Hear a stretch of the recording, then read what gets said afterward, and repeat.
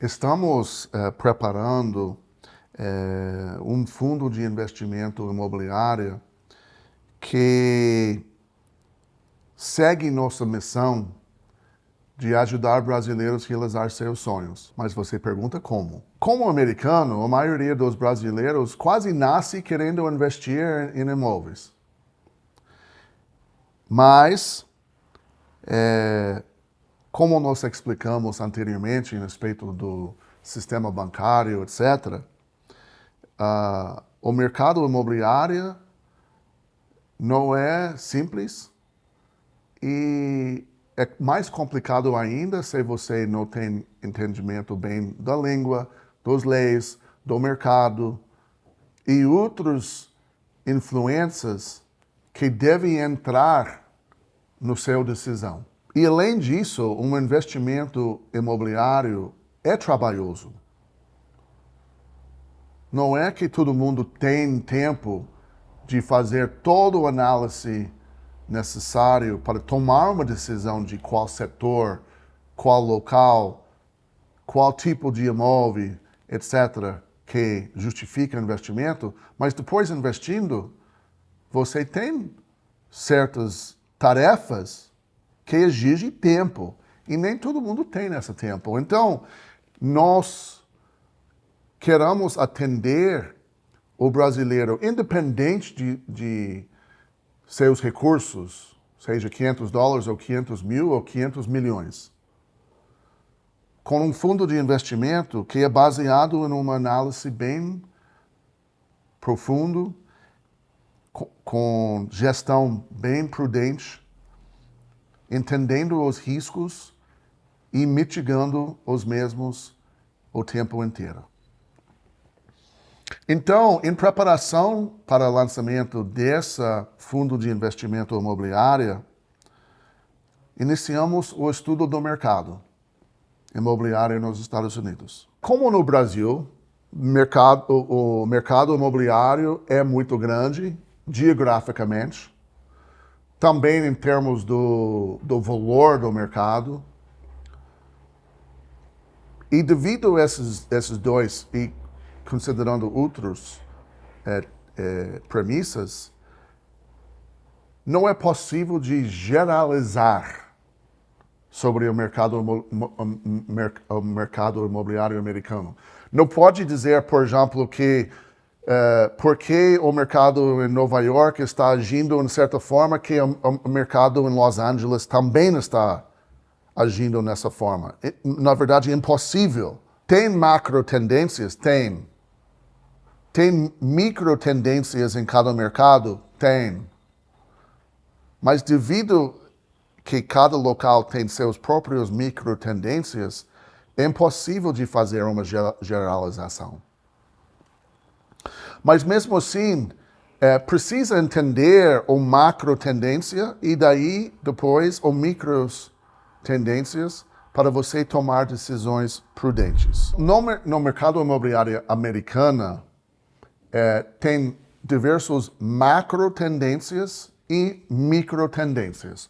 Macro tendências são fatores que estão afetando o mercado, vamos dizer, no nível nacional. O micro tendência seria um fator que afeta o mercado regional. A região pode ser definida como cidade, como bairro, como estado, mas certamente menos do que o nível nacional, ou menor do que o nível nacional. Então, hoje, nós temos uma macro tendência que está criando muito tumulto no mercado e uma outra macro tendência que está começando a aparecer e que nós acreditamos vai ter maior influência no próximo futuro, que é, primeiro, o assunto, a tendência que está criando tumulto hoje é chamada em inglês affordabilidade. Aquela foi português, então em inglês foi affordability. Affordabilidade, português, né? Affordabilidade em português seria a habilidade ou capacidade da família média comprar imóveis. E a segunda tendência que acreditamos que vai manifestar, que está manifestando agora e vai manifestar mais ainda no próximo futuro, é as tendências ou as práticas no mercado imobiliário de 3 ou 4 gerações de americanos. E hoje vamos só tocar nos dois, brevemente. Em respeito da affordabilidade, isso é um assunto sobre o custo de casa e a habilidade da família pagar para a casa. E nos Estados Unidos, a maioria das casas são financiadas. Então, o custo da casa certamente está relacionado com o preço da casa, mas é muito influenciado pela a parcela. Então, se você tem uma renda familiar de 10 mil e a parcela é $1.000, daí você tem uma certa capacidade mensal de pagar aquela $1.000. Mas se o valor da casa sobe e os outros fatores como taxa de juros fica igual, e também sua renda familiar fica igual, mas o valor da casa sobe, o valor da parcela vai subir também. Portanto, com aquela mesma 10 mil, você tem menos capacidade de pagar 1.500 ou 2.000 de parcela. Então, o problema que está afetando o mercado americano hoje, um dos problemas, uma das tendências, é essa affordability. A habilidade da família média pagar para a casa num ambiente em que o valor das casas nos Estados Unidos subiram grossamente nos últimos 2 anos. E as perguntas importantes devem ser: por que o valor da casa nos Estados Unidos aumentou tão bruscamente nos últimos 2 anos? E realmente, se você olhar no gráfico de valor de casas ajustado para a inflação nos últimos 30, 40 anos, você vai ver que o aumento do preço de casa nos últimos 2 ou 3 anos é similar da brusca aumento de valor das casas logo antes de 2008, quando a crise financeira atacou o mundo.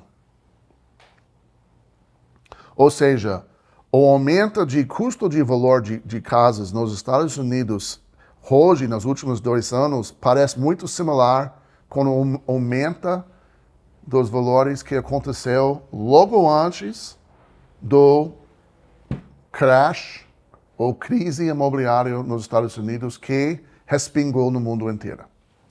Mas a pergunta é, por que o valor de casa aumentou tão bruscamente nos últimos anos?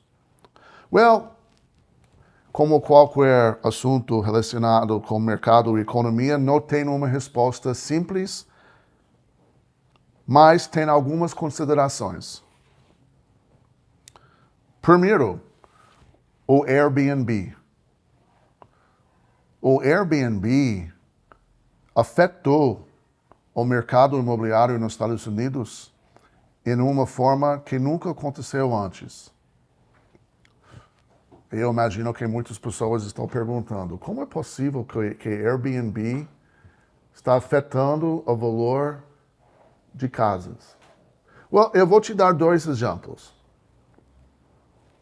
Primeiro, a venda e compra de casa. Tipicamente nos Estados Unidos, a família venderia uma casa para comprar outra. Normalmente uma casa maior. Mas com a chegada do Airbnb, em que a família pode alugar a casa por períodos curtos, muitas famílias decidiram de não vender a casa para comprar outra. Em fato, se você analisar os relatórios do Airbnb, você vai encontrar que só nos Estados Unidos tem entre 600 mil e 1 milhão de casas disponíveis no Airbnb. Ou seja, alguém comprou essas casas ou não vendeu essas casas quando planejava comprar outro para entrar nesse mercado de Airbnb. Ou seja, 600 mil ou 1 milhão, pelo menos, casas que anteriormente iria entrar no mercado como oferta, não entrou. Então, se você, vamos supor que 1 milhão de casas nos últimos anos não entrou ou saiu do oferta. Não entrou porque a família não vendeu quando comprou nova casa, porque vai alugar no Airbnb. Ou o investidor comprou uma casa, tirou ela do mercado, porque vai alugar no Airbnb. Vamos supor, 1 milhão de casas. Sabe quantas casas estão vendidas por ano nos Estados Unidos? Num ano muito bom, 6 milhões. Nos últimos meses, estamos em uma tendência de nem chegar em 4. Então, imagina num período de 2, 3 anos, os últimos 2 ou 3 anos, em que o valor de casa subiu bruscamente. Quando você vende entre 3,5 e 6 milhões de casas, você tirou 1 milhão de casas do oferta. E o mercado imobiliário nos Estados Unidos é como qualquer outro mercado. O principal dirigente é a oferta e demanda. Então, se você tirar 1 milhão de casas do mercado, em que você vende 3,5 a 6, a oferta reduz. Com demanda igual, o preço precisa subir. Segundo ponto, o valor de casa, historicamente, foi baseado na capacidade da família comprar e também o valor que o investidor pode ganhar comprando aquela casa para colocar ela na locação anual. E o mercado americano entrei em um equilíbrio em que o valor do aluguel de casa e a parcela de compra chegou em um equilíbrio. Não foi igual, porque compra e aluguel são bichos diferentes, são análises diferentes. Mas o mercado equilibrou. E é o que aconteceu? Airbnb entrou. Então, ao invés, por exemplo, você alugando anual a casa por $1.000 por mês, você cobrou $500 por semana. E para o consumidor, $500 por semana é muito bom comparado de hotel. Então, ao invés de pagar no hotel $500 ou $1.000 por semana, e você não tem café de manhã, você não tem conforto de uma casa inteira, você paga $500 e você tem sua cozinha, você tem um monte de quartos, talvez piscina. Então, o investidor, ao invés de ganhando $1.000 por mês em locação anual, agora está ganhando $2.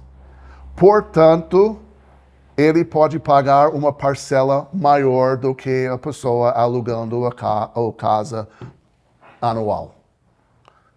Se ele pode pagar uma parcela maior, ele pode pagar mais para comprar a mesma casa. E daí, a família que tem aquela renda de $10.000 tem menos capacidade de comprar aquela mesma casa porque o investidor em Airbnb facilmente paga 1.500, 1.700 e ainda ganha um pouco de lucro. Ou seja, o mercado Airbnb entrou no mercado, criou um desequilíbrio que ainda o mercado está tentando equilibrar de novo. Airbnb não é a única influência. Nos últimos anos, os fundos de investimento entrou no mercado imobiliário bem forte. Mercado imobiliário residencial.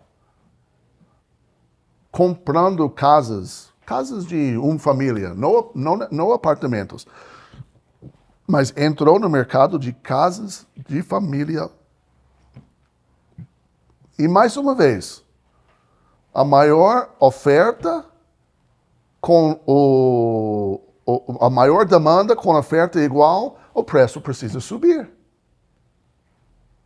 Então, imagina que você tem uma feito de Airbnb que está tirando a oferta do mercado e você tem novos investidores grandes que estão comprando casa de uma família em massa, que está aumentando a demanda, oferta baixando, demanda subindo. O que acontece?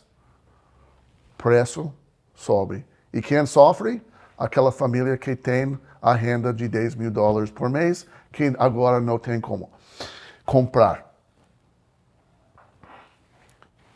E como resultado, o mercado está tentando encontrar o ponto de equilíbrio e nos próximos capítulos vamos esclarecer nossos entendimentos sobre como esse mercado está agindo em resposta dessas duas tendências e outras.